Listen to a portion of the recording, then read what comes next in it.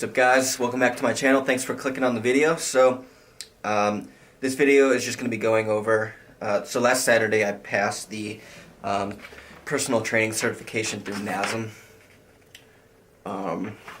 So this video is going to be just be kind of a quick video going through my experience with that and kind of give any advice for anyone who might be taking that. It's March. I took the test on March 9th, 2019. So this video is going to have nothing else to do other than talking about that test. So if you're not interested in that, then this video is not for you. But anyways, so I purchased the self-study for Nasm personal training certification last June, and I went to take the test the first time, and I realized I didn't have my CPR AED certification, so I actually couldn't take the exam. I had to pay $50 to reschedule it, and I had to go get the CPR AED. It was like 3 hours on a Saturday morning through the American Heart Association. So if you haven't done that, make sure you do it. So I did that, and I rescheduled the test for March 9th. And so I'm just going to kind of go over how I prepared for it and how I passed it. It was passed it the first time I took it, and there's a lot of material, and I don't necessarily recommend that you guys do it this way, but I procrastinated it and waited till last minute. So, I mean, if you're finding yourself in that situation right now, I'm going to tell you guys what I did and how I prepared very quickly and still passed the exam. So, basically, so my test was on Saturday. I had been looking at it, had been studying, and that was like a long time ago. And then I missed the exam. I had to reschedule it, and I basically forgot everything. And then I've been really busy at work, and it came up way faster than I thought. And so basically, I started studying like really on Wednesday before the exam, a lot more Thursday, and then all Friday night after work. I probably studied from about 8 p.m. until like 1 a.m. Then I got up at about 5 a.m. and studied till 8 a.m. until I had to go to the exam.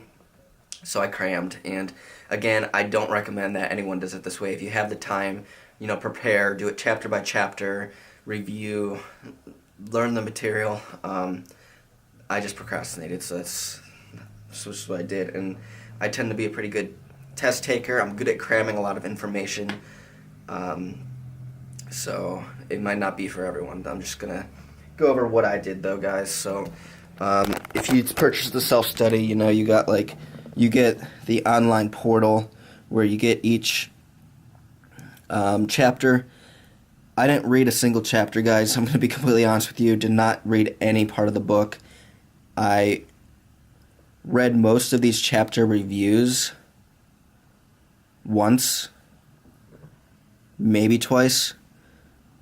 So they had like a few chapter reviews, and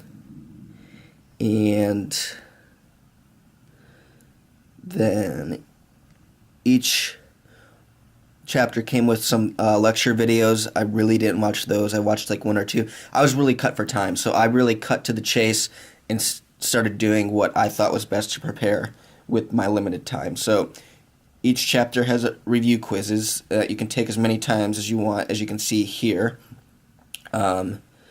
And they're 10 questions each, so I would recommend going through and learning those.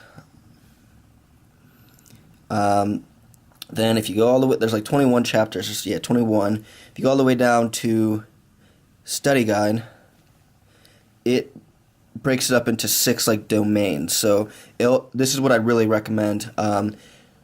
Read the study guides for each of these domains, and then take the quizzes. There's 20 questions, and you can take the quizzes as many times as you want, and just keep taking those over and over again until you feel confident. So you need a 70% to pass on the exam. So 120 questions, you need to get 84 right, which it's not that difficult to do, but it's not the easiest test, but if you prepare, you could definitely do it. I did it in a few days. So definitely do those. And then on the very bottom of the self-study is this end course, and this is what I did a lot too. So it's got practice exam, and this is actually like taking a practice exam. It gives you 2 hours, 120 multiple choice questions. You can take it as many times as you want to review. I did it 4 times. I passed 4 times. I felt pretty comfortable. The test wasn't exactly like this, like the questions weren't exactly, but a lot of them were very similar. So taking these really kind of helped me see how the questions were framed, kind of what they were looking for, and this is just what I did to pass the exam. And it's Wednesday morning now. I took it last Saturday, but right after the exam, I wrote down some things that that were really important to the exam, and then I went through this one and kind of jotted down the question numbers that I saw a lot on the exam. So a lot of the stuff I saw was, you got to know the OPT model for sure, the fitness assessment test for sure. There was some flexibility on there. There's a little bit of everything, but definitely the fitness assessment test and the OPT model. So I have a bunch of questions written down from this particular practice exam that I went back through, and I'm just going to show you guys a lot of the questions that I saw on here. So let's see.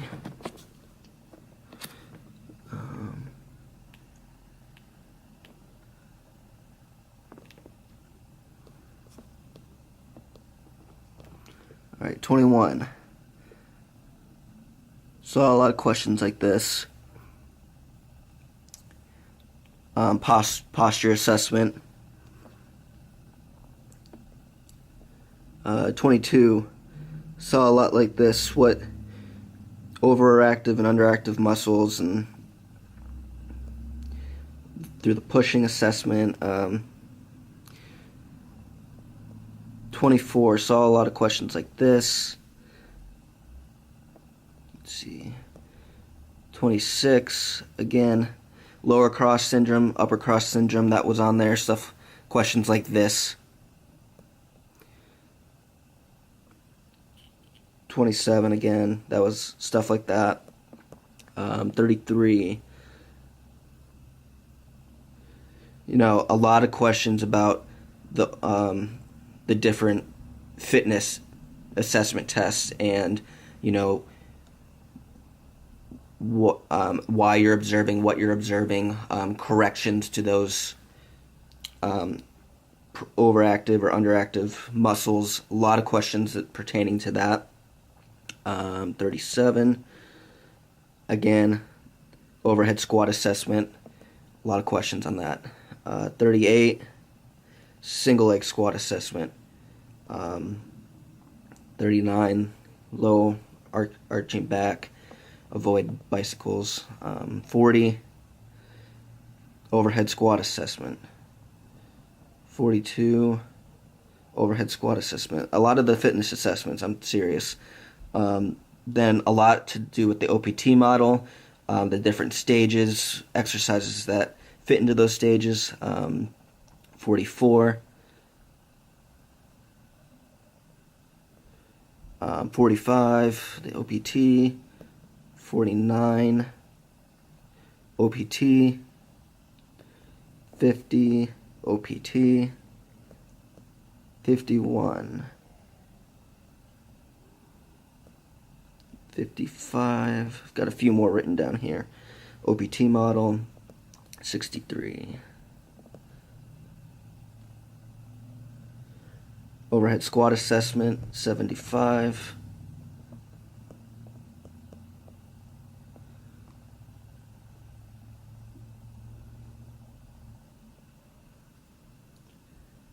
And 84.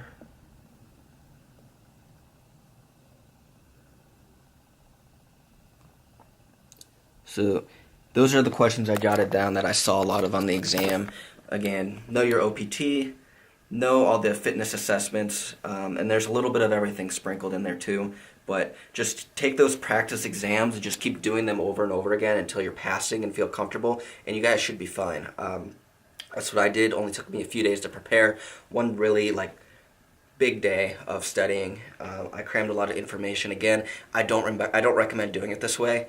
If you're last minute, you can pass it. Don't freak out.